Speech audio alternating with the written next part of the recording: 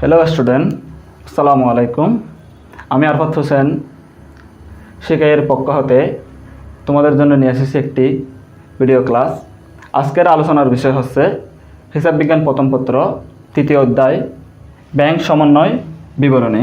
তো প্রিয় স্টুডেন্টস, এখানে ব্যাংক সমন্বয় বিবরণী কি এটা জানার আগে আমাদেরকে জানতে হবে গ্রাহক এবং কি ব্যাংক। তাহলে বাংলাদেশের প্রত্যেকটি মানুষের কী আছে, প্রত্যেকটি ফ্যামিলি বা প্রত্যেকটি নাগরিকের আপনার ব্যাংক অ্যাকাউন্ট আছে। ঠিক তদ্রূপ ব্যবসা প্রতিষ্ঠানও কী করে, তাদের প্রয়োজনে ব্যাংকের সাথে প্রয়োজনে প্রতিনিয়ত লেনদেন সংগঠন গঠিত হয়। আর যেহেতু ব্যবসা প্রতিষ্ঠানের প্রয়োজনে ব্যাংকের সাথে কি লেনদেন সম্পাদন করতে হয়, সেহেতু একটি ব্যবসা প্রতিষ্ঠান কী করে, তার প্রতিষ্ঠানের নামে একটি কী করে ব্যাংক অ্যাকাউন্ট খুলেন। তখন ব্যবসা প্রতিষ্ঠান এবং ব্যাংকের সাথে একটি কী হয়ে যায়, গ্রাহক আর কি ব্যাংকার সম্পর্ক গঠন হয়ে যায়। তাহলে এখানে গ্রাহক বলতে ব্যবসা প্রতিষ্ঠানকে বুঝিয়েছে। তাহলে ব্যবসা প্রতিষ্ঠান তার ব্যাংকের সাথে সম্পাদিত লেনদেনগুলো তোমার যে বইয়ের মাধ্যমে সংরক্ষণ করে সেটা হচ্ছে কি নগদান বই, যেটা আমরা সবাই জানি। সেকেন্ড ওয়ান, ব্যাংকও কী করে তার গ্রাহকের বা তার মক্কেলের হিসাবগুলো কী করে সংরক্ষণ করেন, কোন বইয়ের মাধ্যমে, ব্যাংক বিবরণী বা ফাঁস বইয়ের মাধ্যমে। তো কথা হচ্ছে যে কি, যখন আমরা ব্যাংকের সাথে লেনদেন করি, ধরো ব্যাংকে জমা দেওয়া হলো 10,000 টাকা, তাহলে তখন আমরা কী করি, জমাটা কীরকম হয়, নগদান হিসাব ব্যাংক হিসাব ডেবিট,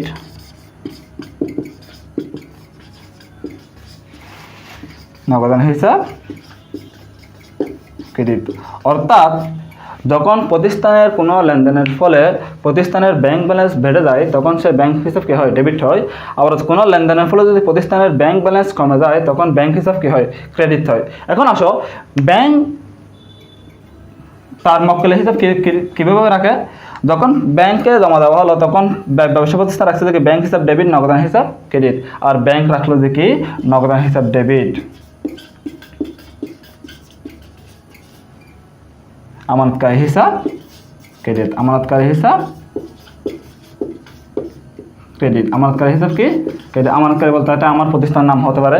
হ্যাঁ, তাহলে এখন অর্থাৎ আমি যখন ব্যাংকে জমা দিয়েছি, তখন ব্যাংক হিসাব হলো কি নগদান অনুসারে ব্যাংক হিসাব হলো কি ডেবিট, আর এদিকে ব্যাংক আমার হিসাবে কি করছে, ক্রেডিট করছে। আচ্ছা, এবার আসি, তাহলে আমরা তো জমা দেওয়া করি, এরপর আমরা কি করি, হিসাব প্রস্তুত করি। হিসাব যখন প্রস্তুত করতে যাই, তাহলে নগদান বইয়ের মাধ্যমে আমরা কি নগদেরও জানি, ব্যাংকেরও কি জানি, যে জানি। তাহলে নগদান বই মোতাবেক ডেবিট যার মিনস হলো তোমার ব্যাংক জমা, আর নগদান বই মোতাবেক ক্রেডিট যার মিনস হলো তোমার কি ব্যাংক জমাতিরিক্ত। তাহলে ব্যাংক বিবরণী বা ফাঁস বই মোতাবেক ডেবিট যার হলো যে ডেবিট যার মিনস হলো কি ব্যাংক জমাতিরিক্ত, আর ব্যাংক বিবরণী বা ফাঁস বই মোতাবেক তোমার ক্রেডিট যার হচ্ছে কি ব্যাংক জমা। তাহলে এই জিনিসটা আমাদেরকে একটু মাথায় রাখতে হবে। তবু আমি লিখে দিচ্ছি তোমাদের সুবিধার্থে।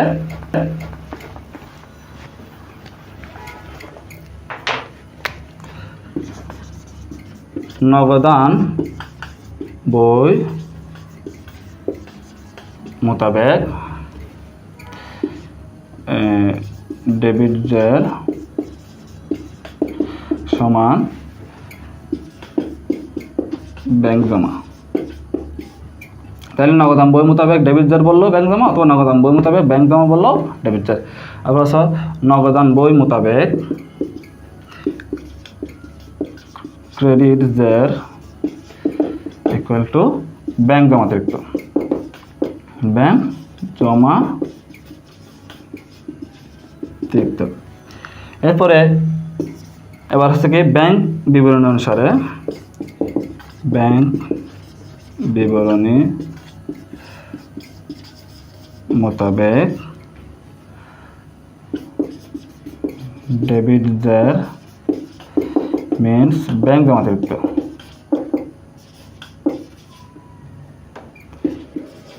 ব্যাংক জমাতিরিক্ত। আর ব্যাংক বিবরণী মোতাবেক ক্রেডিট জের ইকুয়াল টু ব্যাংক জমা। আচ্ছা, এখন কথা হচ্ছে যে কি, তাহলে নগদান বই মোতাবেক যে জের হওয়ার কথা, ব্যাংক বিবরণী মোতাবেকও সেই জের হওয়ার কথা, কারণ ব্যবসা প্রতিষ্ঠানও প্রতিনিয়ত ব্যাংকের সাথে সংগঠিত লেনদেনগুলো হিসাবের মধ্যে সংরক্ষণ করেন। ঠিক তদ্রূপ ব্যাংকও ব্যাংক বিবরণীর মাধ্যমে তার মক্কেলের হিসাবগুলো কী করেন, সংরক্ষণ করেন। তাহলে নিয়ম মোতাবেক কী হওয়ার কথা, অর্থাৎ নগদান বইয়ের জের আর ব্যাংক বিবরণীর জের একই হওয়ার কথা, কিন্তু আনফর্চুনেটলি দুর্ভাগ্যক্রমে কী হয় না, তোমার এটা হয় না। অর্থাৎ নগদান বইয়ের জের এবং ব্যাংক বিবরণীর জেরের মধ্যে কী হয়, পার্থক্য তৈরি হয়। এই যে এখন পার্থক্যটা কখন জানবে, যখন গ্রাহক বা ব্যবসা প্রতিষ্ঠানের মালিক যখন ব্যাংকে গিয়ে তার কি ব্যাংকের কাছ থেকে ব্যাংক বিবরণীটা চাইবেন, তখন বুঝবেন যে কি গরমিল হয়েছে কি হয় নাই। আচ্ছা, এখন গরমিল হওয়ার কারণগুলো কি সেটা যাওয়ার আগে আমরা আলোচনা করি ব্যাংক সমন্বয় বিবরণী কি। তাহলে আমরা জানছি কি আনফর্চুনেটলি তোমার নগদান বইয়ের জের আর কি ব্যাংক বিবরণীর জের একই হয় না। তাহলে এখন কি করবেন, একই না হওয়ার কারণগুলো অবশ্যই কোনো না কোনো কারণ আছে। তাহলে এই কারণগুলো কি, অর্থাৎ ব্যবসা প্রতিষ্ঠান বা ব্যবসায়ের মালিক বা মক্কেল কী করবেন, এটা খুঁজে বের করবেন। খুঁজে বের করার পরে সে এটা সংশোধন করবেন। দ্যাট মিনস এখন বোঝা গেছে ব্যাংক সমন্বয় বিবরণী হলো কি, অর্থাৎ যদি নগদান বই এবং ব্যাংক বিবরণী যার মধ্যে পার্থক্য সৃষ্টি হয়, গ্রাহক তার কারণগুলো খুঁজে বের করে যে বিবরণীর মাধ্যমে সংশোধনমূলক ব্যবস্থা গ্রহণ করবেন, সেই বিবরণীকে তোমার কি বলা হচ্ছে, ব্যাংক সমন্বয় বিবরণী বলা হচ্ছে। তাহলে ব্যাংক সমন্বয় বিবরণী তৈরির কাজ হচ্ছে কার, গ্রাহকের। এটা কোনো কারণ নয়, ব্যাংকের কাজ নয়, কারণ ব্যাংক তার হিসাব ঠিকভাবে রাখছে। অর্থাৎ এখানে সমস্যাটা হচ্ছে কি, মিলে না, এটা কাজ হচ্ছে কার, আমার। আচ্ছা, এখন কীভাবে আমরা ব্যাংক সমন্বয় বিবরণী করব সেটা একটু পরে যাব। এখন ব্যাংক এই যে নগদান বইয়ের জের আর ব্যাংক বিবরণী জেরের গরমিলের কারণগুলো কি, সেগুলো এখন আমরা কি করব, তোমাদের সামনে তুলে ধরবো। এখন আমরা আলোচনা করব তোমার নগদান বইয়ের জের এবং ব্যাংক বিবরণীর জেরের গরমিলের কারণসমূহ। এক নম্বর হচ্ছে কি, চেক ইস্যু করা হয়েছে কিন্তু ব্যাংকে উপস্থাপিত হয়নি। এখানে চেক যখন ইস্যু করা হয়েছে, এটা কে ইস্যু করলো, চেক যখন ইস্যু করা হয়েছে তখন ব্যবসা প্রতিষ্ঠান তার বইয়ে ব্যাংক হিসাব ক্রেডিট করে দিয়েছে, অর্থাৎ ব্যাংক ব্যালেন্স হ্রাস পেয়েছে বলে ব্যাংক হিসাব ক্রেডিট, অর্থাৎ ফার্দার হিসাব ডেবিট, ব্যাংক হিসাব ক্রেডিট। কিন্তু তাহলে আমার নগদান বইয়ে কমা ফেললাম, কিন্তু ব্যাংকের বইয়ে কমানোর কথা। যেহেতু ব্যাংকে উপস্থাপিত হয়নি, যখনই ব্যাংকে উপস্থাপন করবে ফার্দার ওই চেকটা, তখনই কি করবে, ব্যাংক আমার ব্যাংক হিসাব কমা দিবে। উপস্থাপিত না হওয়ার কারণে ব্যাংক কি করেনি, তার আমার ব্যাংক ব্যালেন্স কমায়নি। তাহলে আমার দিকে কমে ফেলছি, কিন্তু ওদিকে উপস্থাপিত না হওয়ার কারণে কমেনি। এই কারণে কি হয়েছে, গরমিলের সৃষ্টি হয়েছে। এরপরে 2 নাম্বার, চেক ব্যাংকে জমা দেওয়া হয়েছে।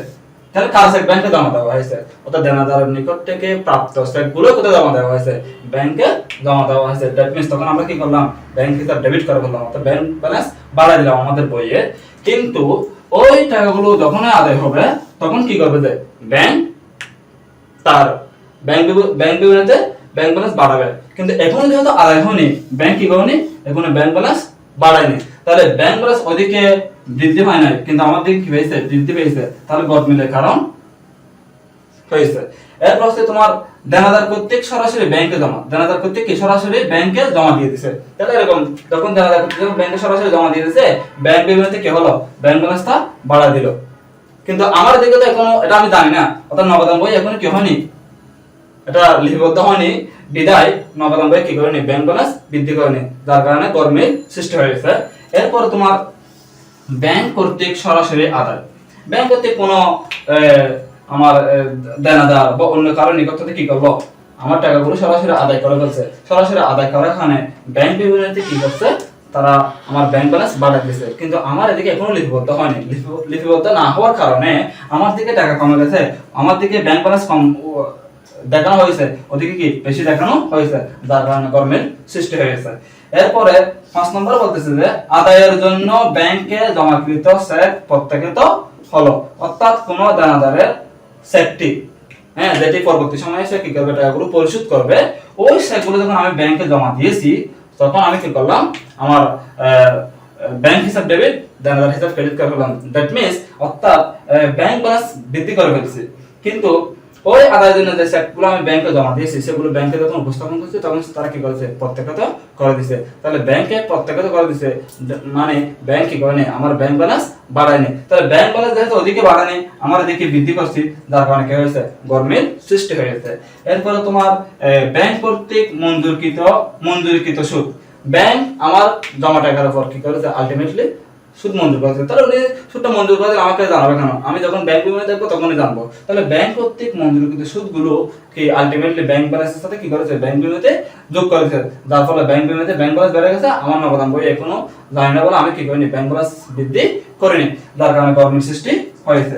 এবার 7, ব্যাংক চার্জ ধার্য করলো, ব্যাংক আমার কোন সেবার উপর কি করলো, চার্জ ধার্য করলো, ওটা আমাকে না বলে কি করছে, আমার ব্যাংক অ্যাকাউন্ট থেকে টাকাগুলো কেটে রাখছে, যার কারণে ওই ব্যাংক বিবরণীতে ব্যাংক ব্যালেন্স কমে গেছে, আমার নগদান বই ব্যাংক ব্যালেন্স বেড়ে গেছে। তাহলে পার্থক্যের কারণ এটাও।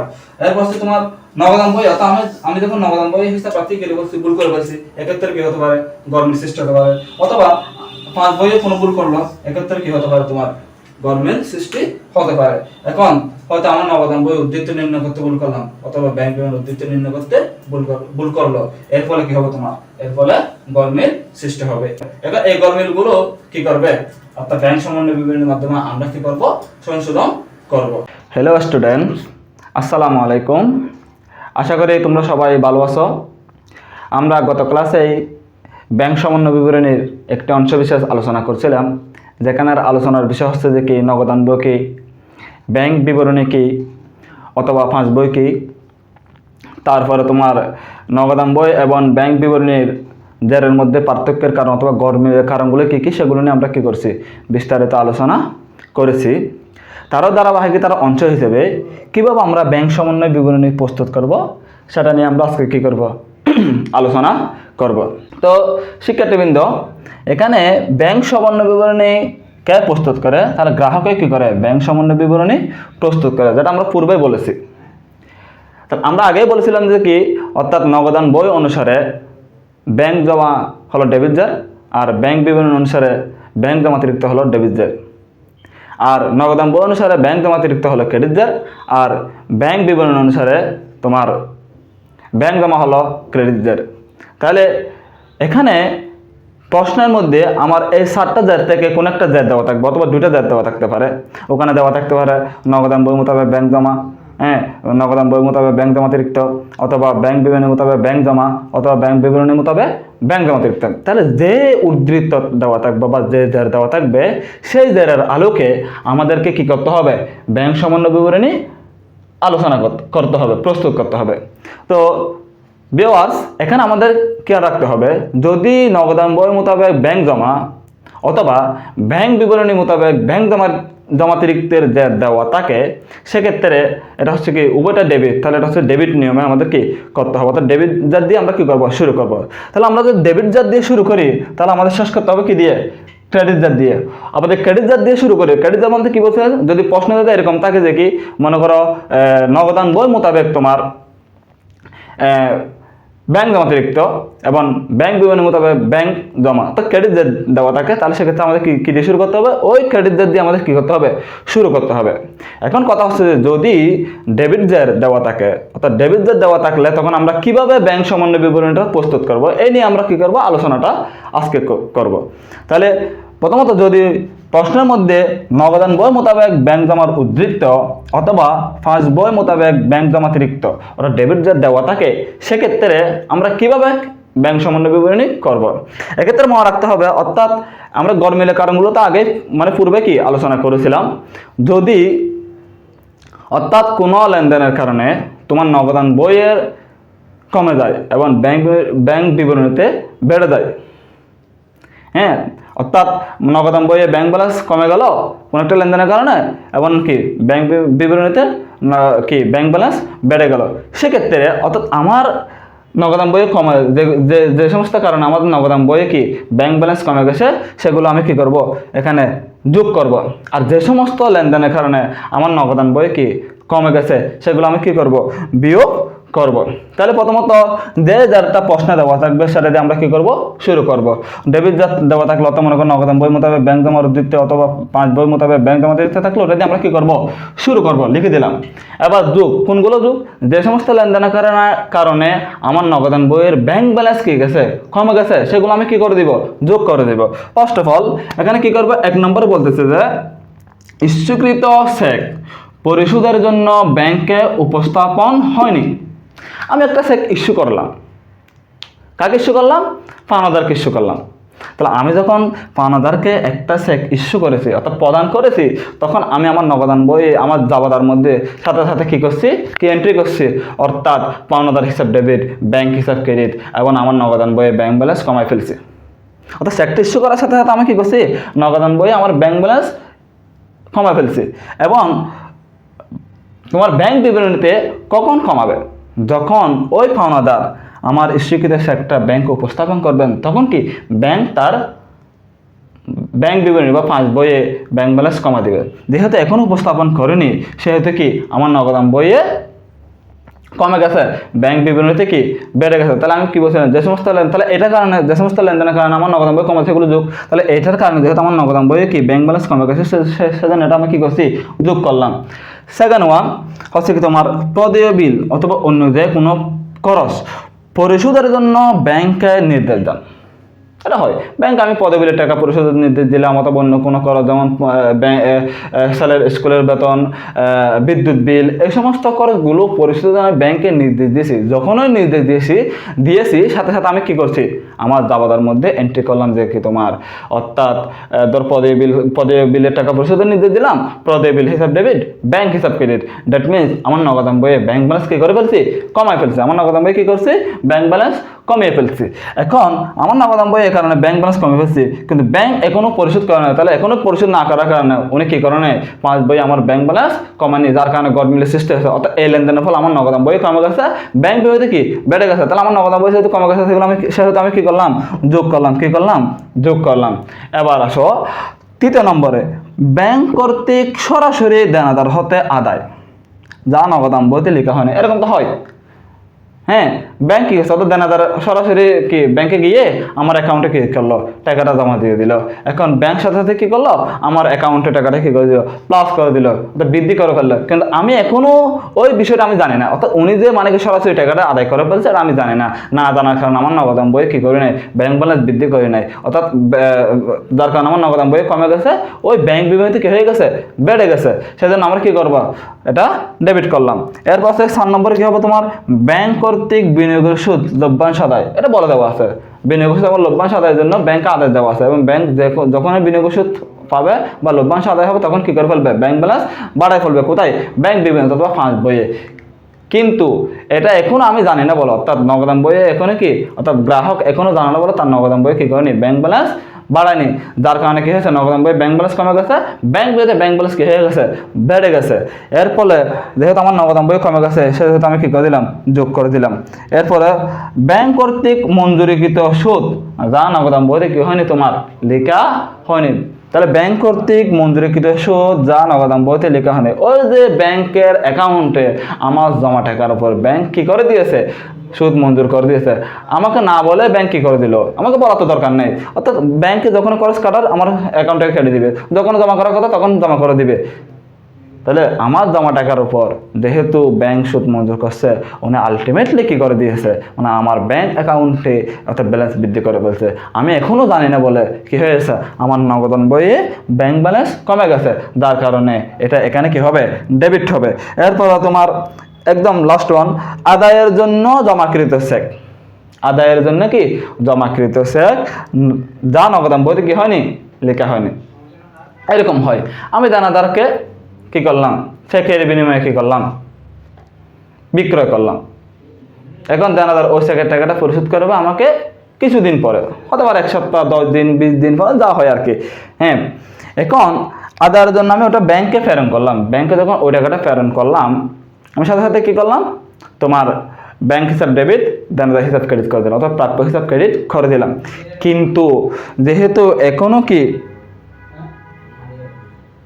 যেহেতু কি এটা শর্ত আমি কি করে দিলাম, কিন্তু এই আদায়ের জন্য জমাকৃত চেকটা কি নগদান বইতে লেখা হয়নি বলতেছে, তার মানে নগদান বইতে লেখা হয় না মানে কি 5 বই লেখা হয়েছে, তো 5 বই লেখা হয়েছে মানে 5 বই তোমার বৃদ্ধি করে দিয়েছে। নগদান বই লেখা হয় না মানে নগদান বই কি হয়ে গেছে, কমে গেছে। যে কারণে নগদান বই কমে গেছে সেটা আমি কি করে দিলাম, যোগ করে দিলাম। একটা কথা মনে রাখতে হবে তোমাদেরকে, অর্থাৎ কোনো লেনদেন যখন নগদান বই লেখা হয়নি, হ্যাঁ মানে কি, অথবা তোমার কি পাওয়ার ক্ষেত্রে যখন কোনো লেনদেন পাওয়ার ক্ষেত্রে নগদান বইতে লেখা হয়নি, ব্যাংক বিবরণীতে লেখা হয়েছে, সেক্ষেত্রে নগদান বই কি কমে গেছে। আবার কোনো পাওয়ার ক্ষেত্রে কোনো লেনদেন নগদান বই লেখা হয়ে গেছে, বাট ব্যাংক বিবরণীতে কোনো কি হয়নি, উপস্থাপন করা হয়নি, সেক্ষেত্রে নগদান বই বেশি হয়ে গেছে, ব্যাংকে কি হয়ে গেছে, কমে গেছে। তাহলে এই বিষয়টা আমাদেরকে কি রাখতে হবে, মাথায় রাখতে হবে। যেটা এখন শোনাবো বলছে যে আদায়ের জন্য জমাকৃত চেক যা নগদান বইতে লেখা হয়নি, তাহলে ওরা আদায় করে ফেলছে, ওরা আলটিমেটলি ওরা কি করছে, ব্যাংক বিবরণীতে বাড়ায় ফেলছে, বাট আমার বই এখন লেখা হয়নি বলে কি আমার দিকে কম, সেজন্য আমি কি করলাম, এটা যোগ করলাম। তো স্টুডেন্টস, এখন যেসব বিষয়সমূহ অর্থাৎ যেসব লেনদেন বা পরিমাণ আমার বিয়োগ করতে হবে সেগুলো হলো, তাহলে কোনগুলো বিয়োগ করতে হবে, অর্থাৎ যে সমস্ত লেনদেনের ফলে আমার নগদান বইয়ে ব্যাংক ব্যালেন্স বৃদ্ধি পাবে অথবা ফার্স্ট বইয়ে ব্যাংক ব্যালেন্স হ্রাস পাবে। অর্থাৎ আমার নগদান বইয়ে বৃদ্ধি পেলে, এখন আমার ফার্স্ট বইয়ের তো দেখার দরকার না, আমার নগদান বই কি বৃদ্ধি পাইছে নাকি হ্রাস পাইছে এটা দেখলেই হয়েছে। এখন এই যে সমস্ত লেনদেনের ফলে আমার নগদান বইয়ে বৃদ্ধি পাইছে সেগুলো আমি কি করব, বিয়োগ করব।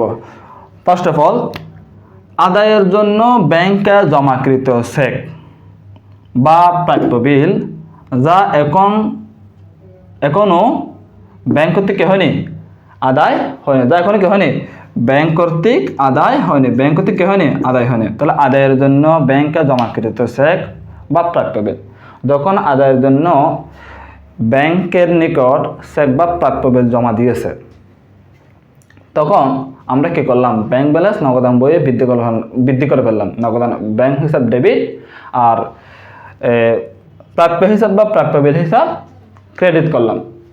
তো এই লেনদেনের ফলে আমার কি হয়েছে, নগদান বইয়ে ব্যাংক ব্যালেন্স বেড়ে গেছে। এখন যেহেতু ব্যাংক এখনো আদায় হয়, ব্যাংক কর্তৃক এখনো আদায় হয়নি, সেহেতু কি ব্যাংকের পাস বই এখনো কি করেনি, বৃদ্ধি করেনি। যদি বৃদ্ধি করতে হয় তাহলে এখানে আর আসতো না লেনদেনটা, তাহলে এখনো যেহেতু বৃদ্ধি করেনি, তখন আমার নগদান বইয়ে এই লেনদেনের ফলে কি হয়েছে, ব্যাংক ব্যালেন্স বেশি, সেহেতু আমি কি করব, এটাকে বিয়োগ করব। এবার আসো 2 নম্বর, আদায়ের জন্য ব্যাংকে জমাকৃত চেক, কি চেক, তাহলে আদায়ের জন্য ব্যাংকে জমাকৃত চেক প্রত্যাখ্যান হয়েছে, যা নগদান বইতে লেখা হয়নি। খুব খেয়াল করে দেখো, যে অর্থাৎ দেনাদারের নিকট থেকে প্রাপ্ত যে চেকটি আমি ব্যাংকের নিকট জমা দিয়েছি, তাহলে জমা দেওয়ার সাথে আমি কি করছি, আমার নগদান বইয়ে ব্যাংক ব্যালেন্সকে বৃদ্ধি করে ফেলছি। বাট ব্যাংক যখন কি আদায় করতে যাবে, ওই মুহূর্তে বা এর আগ মুহূর্তে কি করে দিয়েছে, ওই চেকটা কি করে দিয়েছে, প্রত্যাখ্যান করে দিয়েছে। প্রত্যাখ্যান করার কারণে চেকটা এখন কি হয়ে গেছে, তোমার ব্যাংকের নিকট ভ্যালুলেস হয়ে গেছে। এর ফলে ব্যাংক কি করেনি, ব্যাংক বিবরণীতে অথবা ফার্স্ট বইয়ে ব্যাংক ব্যালেন্স বৃদ্ধি করেনি।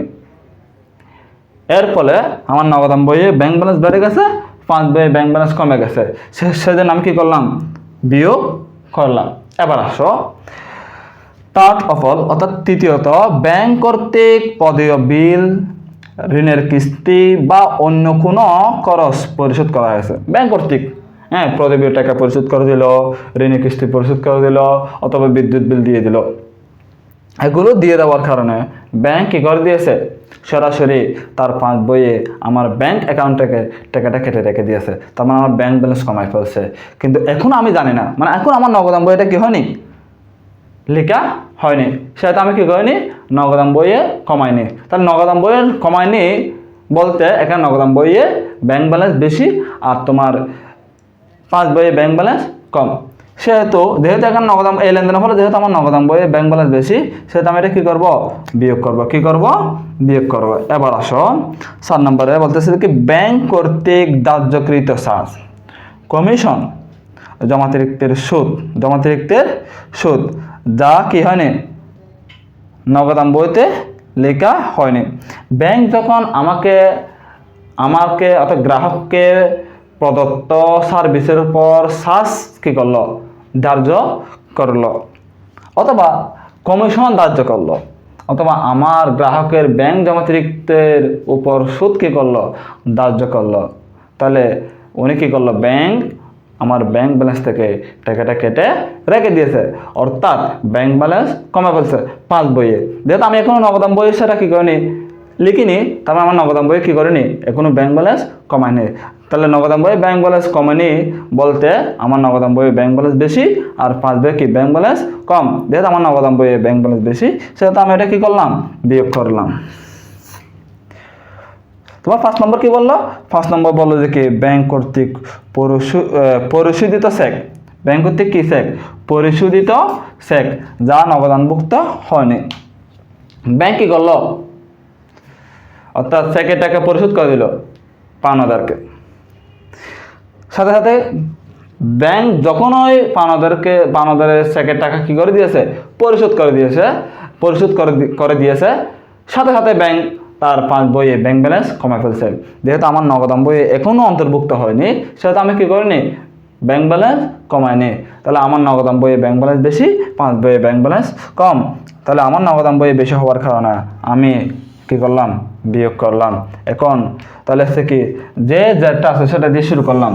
মনে করো নগদান বই মোতাবেক ব্যাংক জমার দিতে অথবা পাস বই মোতাবেক ব্যাংক জমার দিতে, মানে ডেবিট যার নিয়ে আমরা শুরু করলাম, যেটা বসালাম, যেগুলো যোগ সেগুলো কি করলাম, যোগ করলাম, আবার যেগুলো বিয়োগ সেগুলো বিয়োগ করলাম। তাহলে যোগ করার পর বিয়োগ করার পর আমি যে একটা কি পেলাম, একটা মান পেলাম, অর্থাৎ একটা কি পেলাম, ব্যালেন্স বাজার পেলাম, যেটা কি হবে, যদি আমরা ডেবিট জার দিয়ে শুরু করি, ক্রেডিট জার দিয়ে শুরু হবে। তাহলে ক্রেডিট জার মিনসটা কি, পাস বই মোতাবেক অর্থাৎ নগদান বই মোতাবেক ব্যাংক জমার উদ্দিষ্ট হলে এখানে আমার হবে কি, পাস বই মোতাবেক ব্যাংক জমা অর্থাৎ ক্রেডিট, তাহলে ডেবিট অর্থাৎ ক্রেডিট। তাহলে নগদান বই হলে পাস বই, আর পাস বই মোতাবেক মানে এখানে নগদান বই, পাস বই মোতাবেক ব্যাংক জমা অতিরিক্ত, নগদান বই মোতাবেক ব্যাংক জমা অতিরিক্ত, তাহলে কি ব্যাংক জমা অতিরিক্ত, তাহলে এটা কি ক্রেডিট, এটা কি ক্রেডিট। তাহলে ডেবিট দিয়ে শুরু হলো, ক্রেডিট দিয়ে শেষ হলো। তো স্টুডেন্টস, এই যে ব্যাংক সমন্বয় বিবরণী করতে গিয়ে তাহলে এখন আমরা জানলাম, যদি মনে করো ব্যাংকের বা প্রশ্নে কি থাকে তোমার এরকম ডেবিট যা না দিয়ে ক্রেডিট যা দিয়ে দেয়, ধরো নগদান বই মোতাবেক ব্যাংক জমা অতিরিক্ত অথবা পাস বই মোতাবেক ব্যাংক জমা, এরকম ক্রেডিট যা দিয়ে দিলে কি হবে, তখন ঠিক বিপরীত পদ্ধতি, ঠিক কি পদ্ধতি, বিপরীত। অর্থাৎ এখানে আমরা যেগুলো যোগ করছিলাম সেগুলো কি হবে, এখানে বিয়োগ হবে, আর যেগুলো বিয়োগ করছিলাম সেগুলো কি হবে, তোমার যোগ হবে। যেগুলো যোগ করেছিলাম সেগুলো বিয়োগ, যেগুলো বিয়োগ করেছিলাম সেগুলো কি যোগ। তো আমি আরেকটা কথা আমি আরেকভাবে বলতে পারি, সেটা হচ্ছে যে কি, অর্থাৎ যে সমস্ত, অর্থাৎ সেকেন্ড পদ্ধতি অর্থাৎ ক্রেডিট জার দিয়ে শুরু হলে, অর্থাৎ যে সমস্ত তোমার লেনদেনের কারণে নগদান বইয়ে কমা যাবে সেগুলো বিয়োগ করব, যে সমস্ত লেনদেনের কারণে নগদান বইয়ে বেড়ে যাবে, ব্যাংক ব্যালেন্স বেড়ে যাবে, সেগুলো কি করব, যোগ করব। আবার বলতেছি, যদি আমি ক্রেডিট জার দিয়ে কি করি, ব্যাংক সমন্বয় বিবরণী শুরু করি, অর্থাৎ যে সমস্ত লেনদেনের কারণে নগদান বইয়ে ব্যাংক ব্যালেন্স বৃদ্ধি পাবে সেগুলো যোগ, আর যে সমস্ত কারণে কি নগদান বইয়ে ব্যাংক ব্যালেন্স হ্রাস পাবে সেগুলো কি বিয়োগ। তাহলে আশা করি তোমরা ব্যাংক সমন্বয় বিবরণী সম্পর্কে যে বিষয়গুলো আমি এখানে উল্লেখ করছি সে বিষয়ে তোমরা কি ক্লিয়ার হয়েছ। প্রিয় স্টুডেন্ট, আমরা ব্যাংক সমন্বয় বিবরণী কীভাবে করব সেটা শেষ করলাম। এখন তোমার গ নম্বর প্রশ্নে আসতে পারে জাবেদা প্রস্তুত করো। কি প্রস্তুত করো? জাবেদা প্রস্তুত করো। যখন তোমাকে জাবেদা প্রস্তুত করতে বলবে তাহলে অবশ্যই কি আমাকে ব্যাংক সংক্রান্ত জাবেদাগুলো করতে হবে। সেজন্য আমি আলোচনা আনছি ব্যাংক সংক্রান্ত লেনদেনের জাবেদা, যা তোমাদের কি পরীক্ষার আনসার করার জন্য প্রয়োজন হবে, যেটা হয়তো তোমরা ভালোভাবে জানো, তবু আলোচনায় আনলাম। আর এখন যদি বলা হয় চেক বা নগদ ব্যাংকে জমা দান, চেক বা নগদ কি জমা দান, ব্যাংকে জমা দান, এগুলো কে করতেছে? অর্থাৎ আমি করতেছি, আমি মানে কে, গ্রাহক, ব্যাংক না। তাহলে চেক বা নগদ ব্যাংকে জমা দান, চেক বা নগদ কি ব্যাংকে জমা দান। তাহলে তখন কি হলো, চেক বা নগদ ব্যাংকে জমা দানের কারণে ব্যাংক ব্যালেন্স বেড়ে গেল। আমার দেখা উচিত হচ্ছে কি, অর্থাৎ কোনো একটা ট্রানজ্যাকশনের কারণে ব্যাংক ব্যালেন্স বৃদ্ধি পাচ্ছে নাকি হ্রাস পাচ্ছে? তখন ব্যাংক ব্যালেন্স বৃদ্ধি পাবে, তখন ব্যাংক হিসাব ডেবিট। যদি ব্যাংক ব্যালেন্স হ্রাস পায়, ব্যাংক হিসাব ক্রেডিট। অর্থাৎ কোনো লেনদেনের ফলে যদি ব্যাংক ব্যালেন্স বেড়ে যায় তাহলে ব্যাংক হিসাব ডেবিট, কোনো লেনদেনের ফলে যদি ব্যাংক হিসাব কমে দেয়, অথবা ব্যাংক ব্যালেন্স কমে দেয়, তখন ব্যাংক হিসাব কী হবে? ক্রেডিট হবে। আচ্ছা, যখন নগদ টাকা অথবা চেক যখন ব্যাংকে জমা দেওয়া হলো, এর ফলে আমার নগদ ব্যাংক ব্যালেন্স বেড়ে গেছে, সেটা আমি কী করলাম? ব্যাংক হিসাব ডেবিট, ব্যাংক হিসাব ডেবিট, ব্যাংক হিসাব ডেবিট, ব্যাংক হিসাব ডেবিট। এর ফলে কী হয়ে গেছে? প্রতিষ্ঠানের নগদ টাকা কমে গেছে, প্রতিষ্ঠানের নগদ টাকা কমে গেছে, সেটা আমি কী করলাম? নগদান হিসাব ক্রেডিট, নগদান হিসাব ক্রেডিট। এরপরে 2 নম্বরে বলতেছে ব্যাংক কর্তৃক বিনিয়োগের সুদ আদায়। ব্যাংক কর্তৃক যখন বিনিয়োগের সুদ আদায় করলো, তখন ব্যাংক ব্যালেন্স বেড়ে গেছে। তাহলে এই লেনদেনের ফলে যেহেতু ব্যাংক ব্যালেন্স বেড়ে গেছে, তাহলে ব্যাংক হিসাব ডেবিট। এই যে বিনিয়োগের সুদ, এটা হলো আমার জন্য আয়, সেহেতু কি বিনিয়োগের সুদ হিসাব কি? ক্রেডিট। বিনিয়োগের সুদ হিসাব কি? ক্রেডিট। তার হচ্ছে কি ব্যাংক হিসাব ডেবিট। কি হিসাব ডেবিট? ব্যাংক হিসাব ডেবিট। বিনিয়োগের সুদ হিসাব কি? ক্রেডিট। বিনিয়োগের সুদ হিসাব কি? ক্রেডিট। সবসময় ডেবিট পক্ষ আগে থাকে। বিনিয়োগের সুদ হিসাব কি? ক্রেডিট। আশা করি বুঝতে পারছো। এবার 3 নম্বর যেটা বলছে সেটা হচ্ছে কি ব্যাংক কর্তৃক লভ্যাংশ আদায়। তাহলে ব্যাংক কর্তৃক কি করলো? গ্রাহকের লভ্যাংশ আদায় করলো, ব্যাংক ব্যালেন্স বেড়ে গেছে, তাহলে ব্যাংক হিসাব ডেবিট। লভ্যাংশ যেহেতু গ্রাহকের আয়, সেহেতু কি হলো? প্রাপ্ত লভ্যাংশ হিসাব ক্রেডিট। তাহলে হচ্ছে তোমার কি ব্যাংক হিসাব ডেবিট। কি হিসাব ডেবিট? ব্যাংক হিসাব ডেবিট। তাহলে হচ্ছে কি প্রাপ্ত লভ্যাংশ হিসাব ক্রেডিট। প্রাপ্ত লভ্যাংশ হিসাব কি? ক্রেডিট। অথবা লভ্যাংশ আয় হিসাব ক্রেডিট দিলে, লভ্যাংশ হিসাব ক্রেডিট দিলে হয়ে গেছে। ঠিক আছে, লভ্যাংশ হিসাব ক্রেডিট দিলে হয়ে গেছে। এরপর তোমার ব্যাংক কর্তৃক প্রাপ্য নোট কি হলে আদায় হলো। ব্যাংক কি করলো? আমার কতিপয় প্রাপ্য নোটের টাকা আদায় করে ফেললো। তাহলে আমার ব্যাংক ব্যালেন্স বেড়ে গেছে, ব্যাংক ব্যালেন্স বেড়ে গেলে ব্যাংক হিসাব ডেবিট। এরপরে প্রাপ্য নোট নামে একটি সম্পদ কি পেয়েছে? হ্রাস পেয়েছে। অর্থাৎ ব্যাংক নামে সম্পদ বৃদ্ধি পেয়েছে, প্রাপ্য নোট নামে সম্পদ কি পেয়েছে? হ্রাস পেয়েছে। তাহলে ব্যাংক হিসাব ডেবিট, প্রাপ্য নোট হিসাব ক্রেডিট। ব্যাংক হিসাব ডেবিট, প্রাপ্য নোট হিসাব ক্রেডিট। আচ্ছা, এন্ড দেন ব্যাংক কর্তৃক সুদ মঞ্জুর করলো। ব্যাংক যখন আমার জমাকৃত টাকার উপর সুদ মঞ্জুর করলো, তাহলে কি হয়ে গেছে? ব্যাংক ব্যালেন্স বেড়ে গেছে। তাহলে ব্যাংক ব্যালেন্স বেড়ে গেছে, আর ব্যাংক কর্তৃক মঞ্জুর করতে অর্থাৎ ব্যাংক জমার সুদ হলো কি আয়, সেটি কি হবে? ব্যাংক ব্যালেন্স যত বেড়ে গেছে, ব্যাংক হিসাব ডেবিট। ব্যাংক সুদ হিসাব ক্রেডিট। ব্যাংক হিসাব ডেবিট। ব্যাংক হিসাব কি? ডেবিট। ব্যাংক সুদ হিসাব ক্রেডিট। এরপরে 6 নম্বর কি বললো? ব্যাংক হতে উত্তোলন। ব্যাংক হতে 2 ধরনের উত্তোলন হতে পারে। অর্থাৎ কি ব্যবসা প্রতিষ্ঠানের জন্য উত্তোলন, মালিকের জন্য উত্তোলন। এখন যদি ব্যবসায় প্রতিষ্ঠানের জন্য কি করে? ব্যাংক হতে উত্তোলন করে, তাহলে সেটা উত্তোলন নয়। তাহলে ব্যবসায়ের জন্য ব্যাংক হতে উত্তোলনের কারণে প্রতিষ্ঠানের নগদ টাকা বৃদ্ধি পেয়েছে, ব্যাংক ব্যালেন্স কমে গেছে। যেহেতু এই লেনদেনের ফলে যেহেতু ব্যাংক ব্যালেন্স কমে গেছে, সেটা আমি কি করলাম? ব্যাংক ব্যালেন্স ক্রেডিট, ব্যাংক হিসাব ক্রেডিট। এরপরে নগদ টাকা বৃদ্ধি পেয়েছে, অর্থাৎ ব্যাংক হতে প্রতিষ্ঠানের জন্য উত্তোলন, তখন হলো কি তোমার নগদান হিসাব ডেবিট। নগদান হিসাব ডেবিট। নগদান হিসাব এবং ব্যাংক হিসাব ক্রেডিট।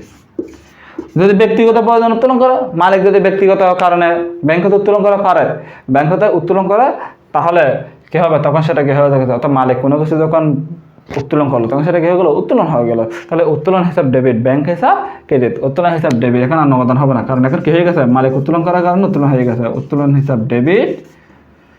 উত্তোলন হিসাব ডেবিট,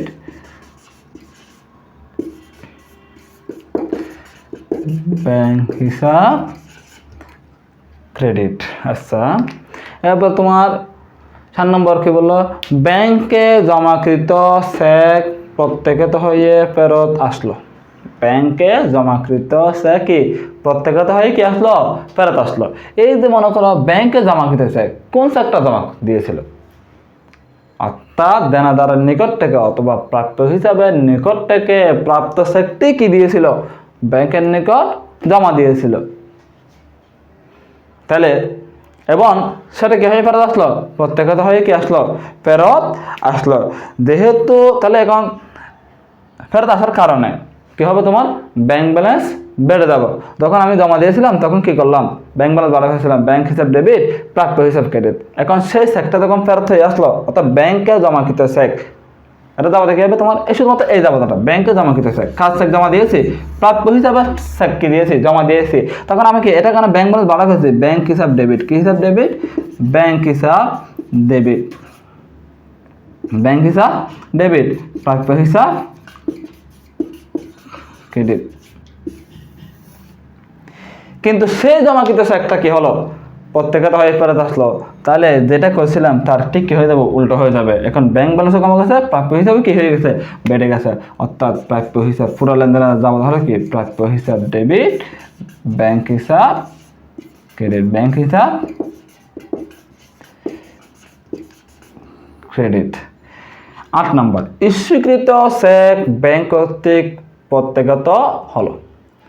কাকে ইস্যু করলাম, চেকটা আমার পাওনাদার আছে, পাওনাদারকে কি করলাম, ইস্যু করলাম। যখন আমি পাওনাদারকে চেকটা ইস্যু করতেছি তখন আমি জাবাদা করলাম করতে, এই যে ইস্যুকৃত চেকের জন্য জাবাদাটা কি করলাম, তখন জাবাদা করলাম যে কি, অর্থাৎ প্রদেয় হিসাব ডেবিট, তো পাওনাদার হিসাব ডেবিট, তোমার ব্যাংক হিসাব ক্রেডিট, অর্থাৎ প্রদেয় হিসাব ডেবিট, প্রদেয় হিসাব, যখন চেকটা ইস্যু করছিলাম প্রদেয় হিসাব ডেবিট, ব্যাংক হিসাব। কিন্তু ওই চেকটা কি হয়নি, ওই চেকটা কি হলো তোমার প্রত্যেকত হয়ে গেল। এখন ওই চেকটা প্রত্যেকত হওয়ার কারণে তাহলে কি হয়ে যাবে, ব্যাংক ব্যালেন্স আবার বেড়ে গেছে, প্রদেয় হিসাব আবার কি হয়ে গেছে, সৃষ্টি হয়ে গেছে। তার মানে ঠিক কি উল্টো, ঠিক কি হবে, উল্টো হবে। অর্থাৎ ব্যাংক হিসাব ডেবিট, তাহলে ফুললি লেনদেনে যাবো তাহলে কি ব্যাংক হিসাব ডেবিট, আর প্রদেয় হিসাব ক্রেডিট, প্রদেয় হিসাব ক্রেডিট। এরপর দেখো, প্রাপ্য হিসাবে টাকা সরাসরি ব্যাংক কর্তৃক আদায়, প্রাপ্য হিসাবের টাকা কি সরাসরি ব্যাংক কর্তৃক আদায়। যখন কোনো প্রাপ্য হিসাবের টাকা সরাসরি ব্যাংক কর্তৃক আদায় করে ফেলেছে তখন কি হয়ে গেল, আমার ব্যাংক ব্যালেন্স বেড়ে গেল, ব্যাংক হিসাব ডেবিট, প্রাপ্য হিসাব কি ক্রেডিট, ব্যাংক হিসাব ডেবিট।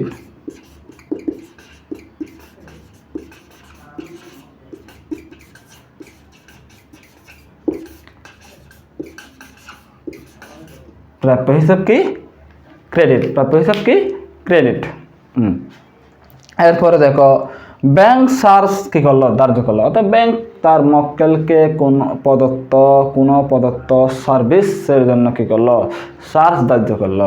তাহলে এই যে যখন ব্যাংক কোনো সার্ভিস চার্জ কি করবে, তোমার ধার্য করবে, তখন ব্যাংক কি করবে, তখন কি হবে, ব্যাংক ব্যালেন্স কমে যাবে। তাহলে ব্যাংক চার্জ হলো তোমার কি ব্যয়, সেটা ব্যাংক চার্জ হিসাব ডেবিট, ব্যাংক ব্যালেন্স কমে গেছে বলে ব্যাংক হিসাব কি ক্রেডিট। তাহলে ব্যাংক চার্জ হিসাব ডেবিট, ব্যাংক চার্জ হিসাব কি ডেবিট, ব্যাংক চার্জ হিসাব ডেবিট, ব্যাংক হিসাব ক্রেডিট। আশা করি তোমাদের এই যে আমি 10টা লেনদেন লিখছি এটুকু এই পর্যন্ত, তাহলে এগুলো বুঝতে তোমাদের কোনো কি হয়নি, সমস্যা হয়নি। এখন আসো, এখানে 11 নম্বরে কি বলছে তোমার, ব্যাংক কর্তৃক সরাসরি মক্কেলের খরচ কি করলে, পরিশোধ করলে। অর্থাৎ ব্যাংক কোনো মক্কেলের খরচ সরাসরি কি করে দিয়েছে, পরিশোধ করে দিয়েছে। এর ফলে এই লেনদেনের ফলে ব্যাংক ব্যালেন্স কি হয়ে গেছে, কমে গেছে, ব্যাংক ব্যালেন্স কি হয়ে গেছে, কমে গেছে। তাহলে ব্যাংক ব্যালেন্স কমে গেলে তাহলে কি হবে, ব্যাংক হিসাব ক্রেডিট। ওই যে মক্কেলের কোন খরচটা আমরা জানি না, তাহলে একটা কি সংশ্লিষ্ট খরচ হিসাব, বেতন, হ্যাঁ, তারপর বিদ্যুৎ বিল এগুলো হতে পারে, তাহলে সে কি সংশ্লিষ্ট খরচ হিসাব ডেবিট, ব্যাংক হিসাব ক্রেডিট, সংশ্লিষ্ট কি খরচ হিসাব ডেবিট, সংশ্লিষ্ট খরচ হিসাব ডেবিট, তোমার ব্যাংক হিসাব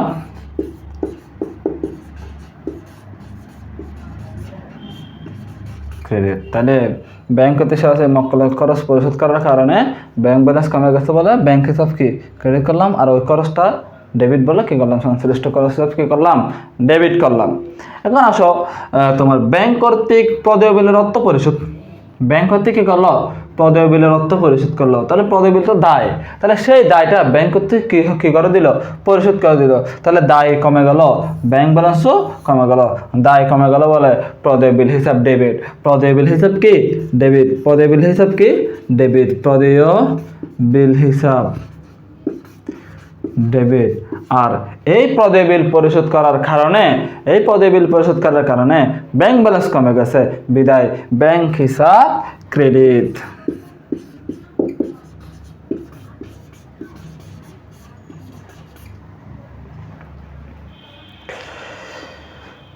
তেরো নম্বর, ব্যাংকে বাট্টাকৃত বিল প্রত্যাগত হলো।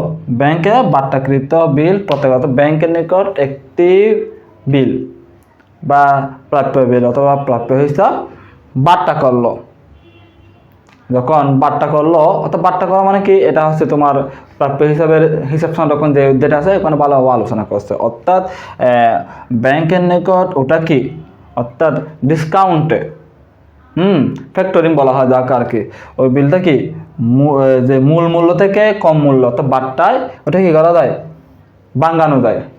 হ্যাঁ, ওটাকে কি বলা হবে, ওটাকে বলা হয় বাট্টাকৃত বিল। অর্থাৎ যে বিলটা, অর্থাৎ যে প্রাপ্য হিসাব বা প্রাপ্য বিলটা বাট্টায় ব্যাংকের নিকট কি করা হলো, ভাঙানো হলো, তাকে কি বলা হয়, বাট্টাকৃত বিল বলা হয়। ওই বাট্টাকৃত, যখন আমি বিলটা বাট্টা করলাম, অর্থাৎ বাট্টা ভাঙলাম, তখন আমি কি করলাম, ব্যাংক হিসাব ডেবিট, প্রাপ্য হিসাব ক্রেডিট। ব্যাংক হিসাব ডেবিট, যখন আমি কি করছি, ব্যাংকে বিলটা কি করলাম, বাট্টা করলাম, তখন কি করলাম, তোমার ব্যাংক ব্যালেন্স বেড়ে গেছে, ব্যাংক হিসাব অর্থাৎ ব্যাংক অ্যাকাউন্টে ওই পরিমাণ টাকাটা কি হয়ে গেছে, যোগ হয়ে গেছে। এবং ব্যাংক হিসাব ডেবিট, সেহেতু কি করলাম, ব্যাংক হিসাব ডেবিট। আর প্রাপ্য হিসাব বা প্রাপ্য বিল কি ক্রেডিট। প্রাপ্য হিসাব বা বিল হিসাব ক্রেডিট। আচ্ছা, এটা কখন, যখন বিলটা আমি কি করলাম, বাট্টা করলাম, তখন ভাঙলাম কোথায়, ব্যাংকের নিকট। এখন এই বিলটা যখন প্রত্যেকত হয়ে ফেরত আসবে, তখন কি হবে, যেটা বাট্টা করার সময় যে দাবাটা করছিলাম তার ঠিক উল্টোটাই কি হবে। দ্যাট মিনস প্রাপ্য হিসাব ডেবিট, পুরো লেনদেনের জন্য দাবাটা হবে কি, প্রাপ্য হিসাব ডেবিট। কি হিসাব ডেবিট, প্রাপ্য হিসাব ডেবিট। প্রাপ্য হিসাব ডেবিট, ব্যাংক হিসাব ক্রেডিট। ব্যাংক হিসাব ক্রেডিট, ব্যাংক হিসাব ক্রেডিট।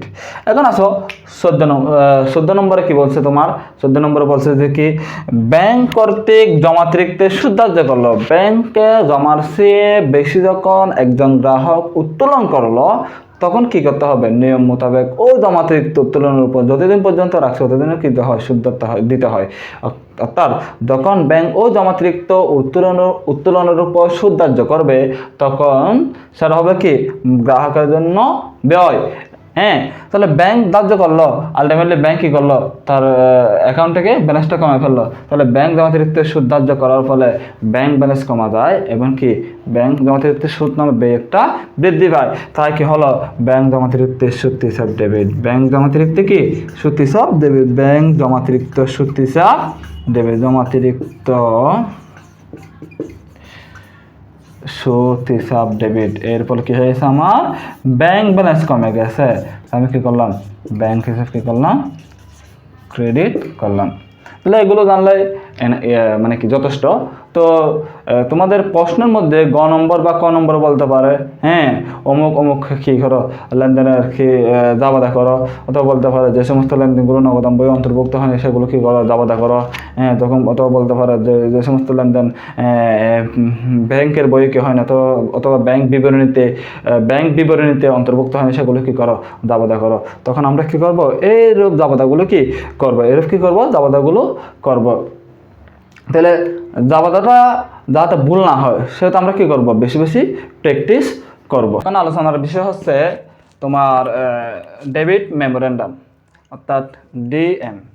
তাহলে এই যে ডেবিট মেমোরেন্ডাম, এটি কে প্রস্তুত করে, এটি ব্যাংক কর্তৃক ব্যবহৃত একটি বিল। ব্যাংক কর্তৃক কি ব্যবহৃত একটি বিল, যে বিলের মাধ্যমে ব্যাংক তার গ্রাহকের হিসাব হতে যে সমস্ত খাতে টাকা কেটে রাখে সেগুলো কি করে, প্রদর্শন করে। তাহলে আবার বলতেছি, ডেবিট মেমোরেন্ডাম হলো ব্যাংক কর্তৃক ব্যবহৃত একটি দলিল, যার মাধ্যমে ব্যাংক তার গ্রাহকের হিসাব হতে যে সমস্ত খাতে টাকাগুলো কি, অর্থাৎ ব্যাংক ব্যালেন্স টাকা কর্তন করে রাখে অথবা কেটে রাখে, সেগুলি কী করা হয়, প্রদর্শন করা হয়। যেমন 1 নম্বর, ব্যাংক সার্ভিস চার্জ কর্তন। ব্যাংক তার গ্রাহককে প্রদত্ত সেবার উপর সার্ভিস চার্জ কর্তন করলে সেটা ডেবিট মেমোরেন্ডামে কি আসবে। এরপরে মনে করো ব্যাংকের লকারে তার গ্রাহক কোনো মূল্যবান দলিল, দস্তাবেজ, স্বর্ণ, রূপা এগুলো যদি কি রাখে, জমা রাখে, তাহলে এই যে লকার চার্জ এটা কি করবে, সেই ডেবিট মেমোরেন্ডামে দেখাবে। কারণ এটার ফলে কি হয়ে যায়, ব্যাংক ব্যালেন্স থেকে কি টাকা কেটে রেখে দেয়। এরপরে 3 নম্বরে তোমার ব্যাংক কর্তৃক প্রদেয় বিল পরিশোধ। ব্যাংক কর্তৃক গ্রাহকের কোনো প্রদেয় হিসাবে টাকা পরিশোধ করে দিল, তাহলে কি তখন কি হবে তোমার, তাহলে ব্যাংক কর্তৃক প্রদেয় বিল পরিশোধের ফলে যদি ব্যাংক ব্যালেন্স কমে যাচ্ছে, অর্থাৎ ব্যাংকের নিকট থেকে টাকাটা কি কেটে ফেলতেছে, সেহেতু কি ব্যাংক কর্তৃক প্রদেয় বিল পরিশোধের টাকা কি ডেবিট মেমোরেন্ডামে আসবে। ব্যাংক কর্তৃক ধার্যকৃত কমিশন। ব্যাংক কোনো সেবার উপর অথবা কোনো কিছুর উপর কী করলো, কমিশন ধার্য করলো, এর ফলে কী করবে, ব্যাংক ব্যালেন্স থেকে টাকা কেটে রাখবে। সেজন্য ব্যাংক কর্তৃক ধার্যকৃত কমিশনটা ডেবিট মেমোরেন্ডামে আসবে। ব্যাংক বিল সংগ্রহ হবে। ব্যাংক কোনো কি বিল আছে, কোনো বিল সংগ্রহ করলো, হ্যাঁ আমরা দেখতে পাই স্কুল কলেজে বিল সংগ্রহ করে, এক্ষেত্রে কি ব্যাংক কী করে, সংগ্রহ হবে কী করে, কেটে রাখে, অ্যাকাউন্টে কি সংগ্রহ হবে কী করে রাখে, কেটে রাখে। সেজন্য ব্যাংক বিল সংগ্রহ হবে, এটা কি ডেবিট মেমোরেন্ডামের প্রদর্শিত কি ইস্যু। এরপর তোমার ব্যাংক কর্তৃক ঋণের কিস্তি। ব্যাংক কর্তৃক গ্রাহকের কোনো ঋণের কিস্তির টাকা পরিশোধ করে দিলে সেক্ষেত্রে এই জিনিসটা তোমার কি আসবে, ডেবিট মেমোরেন্ডামে আসবে। ব্যাংক কর্তৃক মক্কেলের কোনো খরচ যখন পরিশোধ করে দিবে, ব্যাংক ব্যালেন্স কমে যাবে, তাই ব্যাংক কর্তৃক কোনো মক্কেলের খরচ পরিশোধ করলে সেটা ডেবিট মেমোরেন্ডামে আসবে। তাহলে তোমাকে যদি মনে হয় ক নম্বর প্রশ্ন বলে যে ডেবিট মেমোরেন্ডামের পরিমাণ উল্লেখ করো, তাহলে এই বিষয়গুলো মাথা রেখে তুমি কি অঙ্কের সলিউশন করতে পারবা। তোমার এখন হচ্ছে যে ক্রেডিট মেমোরেন্ডাম। তাহলে ক্রেডিট মেমোরেন্ডামও কি ডেবিট মেমোরেন্ডামের মতন ব্যাংক কর্তৃক ব্যবহৃত একটি বিল, যার মাধ্যমে গ্রাহকের ব্যাংক ব্যালেন্স বৃদ্ধির কারণগুলো কি করা হয়, ব্যাখ্যা করা হয়। তাহলে 1 নম্বর, ব্যাংক কর্তৃক প্রাপ্য নোটের টাকা কি আদায়। যখন ব্যাংক কর্তৃক প্রাপ্য নোটের টাকা আদায় করা হয়েছে তখন কি হবে, ব্যাংক ব্যালেন্স বেড়ে যাবে, যেটা কি ক্রেডিট মেমোরেন্ডামে আসবে। এর হচ্ছে কি ব্যাংক কর্তৃক বিনিয়োগের সুদ বা লভ্যাংশ। যখন ব্যাংক কর্তৃক বিনিয়োগের সুদ বা লভ্যাংশ আদায় হয় তখন ব্যাংক ব্যালেন্স বেড়ে যায়, যার ফলে এটা কি ক্রেডিট মেমোরেন্ডামে আসবে। এখন ব্যাংক কর্তৃক মঞ্জুরিকৃত সুদ। যখন ব্যাংকে জমাকৃত টাকার উপর সুদ মঞ্জুর করবে তখন আলটিমেটলি ব্যাংক ব্যালেন্স কি বাড়াই ফেলবে, যেটা ক্রেডিট মেমোরেন্ডামে আসবে। দেনাদার 4 নম্বর, দেনাদার কর্তৃক সরাসরি ব্যাংকে জমা দেন। যখন দেনাদার কর্তৃক সরাসরি ব্যাংকে জমা দেয় তখন কি এই লেনদেনের ফলে ব্যাংক ব্যালেন্স বেড়ে যায়, যা ক্রেডিট মেমোরেন্ডামের কি অন্তর্ভুক্ত বিষয়। এই যে প্রশ্নের মধ্যে ক নম্বর আসতে পারে তোমার ডেবিট মেমোরেন্ডামের পরিমাণ বের করো, অথবা হ্যাঁ তোমার ক্রেডিট মেমোরেন্ডামের পরিমাণ নির্ণয় করো। এক্ষেত্রে তোমরা কি ওই যে আলোচ্য বিষয়গুলো মাথায় রেখে আমরা কি করতে পারবো, অঙ্কগুলো সলিউশন করতে পারবো। তো স্টুডেন্টস, আমরা এতক্ষণ পর্যন্ত ব্যাংক সমন্বয় বিবরণী নিয়ে যা কিছু আলোচনা করছি, সেই সব আলোচনার মধ্যে যা কিছু প্রয়োজনীয় সব আলোচনায় কি নিয়ে এসেছি। তো এখন আমি previous year board question analyse করে ওর বিভিন্ন বই অ্যানালাইজ করে যে সমস্ত প্রশ্নগুলো কি ঘুরে ফিরে বারবারই আসে, এবং আশা করি ইনশাল্লাহ এটা 100% এর ভিতর থেকে কী হবে, তোমাদের প্রশ্নগুলো হবে। তো কীরকম প্রশ্ন হতে পারে, আমাদের প্রশ্ন ধরন হলে কি 3টা, মানে ক, খ, গ। ক হলো তোমার 2 নম্বরের জন্য, আর ক হলো তোমার 4 নম্বরের জন্য, গ হলো কয় নম্বরের জন্য, 4 নম্বরের জন্য। এখন ক নং প্রশ্ন কীরকম হতে পারে সেটা নিয়ে একটু কী করবো, আলোচনা করতে যাচ্ছি। প্রথমত তোমার বলতে পারে, হ্যাঁ এখানে কথা হচ্ছে কি, দেখো ওই যে আমরা ব্যাংক সমন্বয় বিবরণী করি না, কতগুলো যোগ করি, কতগুলো কী করি, বিয়োগ করি। অর্থাৎ যে সমস্ত লেনদেন নিয়ে আমরা কী করি, ব্যাংক সমন্বয় করি, সেগুলোর মধ্যে কতগুলো লেনদেন কী হয় না, নগদান বইতে অন্তর্ভুক্ত হয় না, আবার কতগুলো লেনদেন কী হয় না, ব্যাংক বিবরণীতে কী হয় না, অন্তর্ভুক্ত হয় না। তাহলে এটা আমরা অবশ্যই অলরেডি আলোচনা করে ফেলছি। তাহলে যে সমস্ত লেনদেন নগদান বইতে লেখা হয়নি সেগুলোর পরিমাণ নির্ণয় করো। তাহলে পারা যাবে। অর্থাৎ বিবরণ টাকা দিয়ে কী করব, যে সমস্ত লেনদেনগুলো নগদান বইতে লেখা হয়নি সেগুলো লিখে পরিমাণটা বের করব। তাহলে ব্যাংক বিবরণীতে লেখা হয়নি এরূপ লেনদেনের পরিমাণ নির্ণয় করে, এটাও পারবো। তারপর হচ্ছে কি একটি ডেবিট মেমোরেন্ডাম প্রস্তুত করো। তাহলে আমরা কি করছি, ডেবিট মেমোরেন্ডামে যেসব বিষয় কি হয় আলোচনা হয়েছে, অর্থাৎ ডেবিট মেমোরেন্ডামের মধ্যে যেসব বিষয় প্রদর্শন করা হয় সেগুলো কি মানে সেগুলো নিয়ে আমরা ডেবিট মেমোরেন্ডাম প্রস্তুত করব। এরপর তোমাকে একটি ক্রেডিট মেমোরেন্ডাম কী করো, প্রস্তুত করো। এটা ডেবিট মেমোরেন্ডাম কী নিয়ে প্রস্তুত করব, যে সমস্ত লেনদেনের কারণে আমার ব্যাংক থেকে কি টাকা কেটে রেখে দাও, তো ব্যাংক ব্যালেন্স কমায় ফেলে সেগুলো নিয়ে কী করা হয়, ডেবিট মেমোরেন্ডাম করা হয়। তাহলে হচ্ছে কি আবার ক্রেডিট মেমোরেন্ডাম কী নিয়ে করা হয়, অর্থাৎ ক্রেডিট মেমোরেন্ডাম করা হয় যে সমস্ত লেনদেনের ফলে আমার কি ব্যাংক ব্যালেন্স বৃদ্ধি করছে সেগুলো নিয়ে তারা কী করবে, ক্রেডিট মেমোরেন্ডাম করবে। কারণ এই জিনিসগুলো কে প্রস্তুত করে, এই যে ডেবিট মেমোরেন্ডাম এবং ক্রেডিট মেমোরেন্ডাম, এই বিলগুলো কে প্রস্তুত করে, ব্যাংকই প্রস্তুত করে। অর্থাৎ ব্যাংকের জন্য ডেবিট অর্থাৎ ব্যয় আর ক্রেডিট অর্থাৎ জমা, অর্থাৎ যে সমস্ত অর্থাৎ গ্রাহকের যে সমস্ত টাকা ব্যাংকে জমা করবে সেগুলো তারা কী করে, ক্রেডিট করে। আর যে সমস্ত টাকা কী করে, তারা কী করে কেটে রেখে দেয় সেগুলো তারা কী করে, ডেবিট মেমোরেন্ডাম প্রস্তুত করে। হ্যাঁ, তাহলে আশা করি এই 7টা জিনিস আমরা কী করবো, ক নম্বরের জন্য প্র্যাকটিস করবো এবং কী রাখবো, মাথায় রাখবো। হ্যাঁ, ক নম্বর প্রশ্নে কি আসতে হবে, ক নম্বর প্রশ্ন তোমাকে বলতে পারে ব্যাংক সমন্বয় বিবরণী প্রস্তুত করো। আমরা ব্যাংক সমন্বয় বিবরণী নিয়ে ইতিমধ্যে আলোচনা করে ফেলছি। হ্যাঁ, তোমার দেখতে হবে শুধুমাত্র কি ব্যাংক সমন্বয় বিবরণী করার ক্ষেত্রে তোমার প্রশ্নের দিকে একটু কী করতে হবে, খেয়াল করতে হবে। খেয়ালটা কীরকম, তোমার ওখানে যে একটা জার দিয়ে শুরু হয় সেই জারটা কী আছে, কি মানে কি ডেবিট জার নাকি ক্রেডিট জার। যদি ডেবিট জার দিয়ে শুরু হয় তাহলে কী হবে একটা মেটোতে, ক্রেডিট জার দিয়ে শুরু হলে কী হবে আর একটা মেটোতে। যদি ডেবিট জার দিয়ে শুরু হয় শেষ হবে ক্রেডিট জার দিয়ে। হ্যাঁ, ডেবিট জার দিয়ে শুরু হলে তাহলে কি কোনগুলো আমরা উল্লেখ করব, ডেবিট জার দিয়ে যদি শুরু হয় আমাদের উল্লেখ করতে হবে যে সমস্ত লেনদেনের কারণে নগদান বইয়ে ব্যাংক ব্যালেন্স কমে গেছে সেগুলো যোগ, যে সমস্ত লেনদেনের কারণে নগদান বইয়ে কি বেড়ে গেছে সেগুলো বিয়োগ, মানে উল্টো, ঠিক আছে না, অর্থাৎ যোগ বৃদ্ধিগুলো বিয়োগ, হ্যাঁ রাজগুলো কি যোগ, মানে উল্টো নিয়ম। আর ক্রেডিট জার দিয়ে যখন শুরু হবে তখন কি হবে তোমার, অর্থাৎ ক্রেডিট জার দিয়ে শুরু হলে তোমার যে সমস্ত লেনদেনের কারণে নগদান বই কমে যায় সেগুলো কি বিয়োগ, যে সমস্ত লেনদেনের নগদান বই বেড়ে সেগুলো কি যোগ, অর্থাৎ বেড়ে গেলে সেগুলো যোগ, কমে গেলে সেগুলো কি বিয়োগ, অর্থাৎ সমমুখী সম্পর্ক। এই অর্থাৎ দ্যাট মিনস ডেবিটের ঠিক বিপরীত পদ্ধতি হলে কি ক্রেডিট, অর্থাৎ ডেবিট যার নিয়ে যে নিয়ম আমরা কি করছি ব্যাংক সমন্বয় বিবরণী প্রস্তুত করছি, ওখানে যেগুলো যোগ করছি সেগুলো অর্থাৎ কি ক্রেডিট জার নিয়ে করলে বিয়োগ হবে, যেগুলো বিয়োগ করছিলাম ডেবিট যারা সেগুলো ক্রেডিট জার নিয়ে করলে কি হবে তোমার যোগ হবে। এটা অবশ্যই আমরা পারবো ইনশাল্লাহ। এরপর তোমার কী করতে হবে, জাবাদা প্রস্তুত করো। বলতে পারে যে সমস্ত লেনদেন নগদান বইতে অন্তর্ভুক্ত হয়নি ওই লেনদেনগুলো কী করো, জাবাদা প্রস্তুত করো, সাধারণ জাবাদা। অথবা বলতে পারে যে সমস্ত লেনদেনগুলো কি তোমার ব্যাংক বিবরণীতে কি হয়নি, অন্তর্ভুক্ত হয়নি সেগুলো কী করো, সেগুলো জাবাদা করো। তাহলে এই যে গ নম্বর প্রশ্নগুলো কি আমরা উত্তর দেবে। এখন কথা হচ্ছে কি প্রিয় শিক্ষার্থীবৃন্দ, কীভাবে আমরা এই চ্যাপ্টারে ভালো করতে পারি, এখন ভালো করার জন্য কীভাবে আমরা প্রস্তুতি নেব। হ্যাঁ, এখন কথা হচ্ছে এই অর্থাৎ 10 নম্বর সৃজনশীল প্রশ্ন 10 নম্বর তোলার জন্য আমি যে আলোচনা করে ফেলছি, হ্যাঁ এগুলোই হচ্ছে কি যথেষ্ট। তবে এখানে অ্যাকাউন্টিংয়ের নাম্বার তোলার বিষয়টা হচ্ছে কি তোমার বলতে এখানে তুমি অ্যাকাউন্টিংটা কীভাবে তুমি কি ভালো নাম্বার তুলতে পারো, অর্থাৎ তুমি যত বেশি প্র্যাকটিস করবা তোমার নিকট কী হবে, তত বেশি কী হবে সহজ হবে, এবং যত বেশি প্র্যাকটিস করবে তোমার নিকট কী হবে তত বেশি সুন্দর হয়ে উঠবে, এবং তুমি সেটা পরীক্ষা খাতায় কী করতে পারো, সুন্দরভাবে কি এক্সপ্লেন করতে পারবা, প্রদর্শন করতে পারবা, ঠিক আছে কিনা।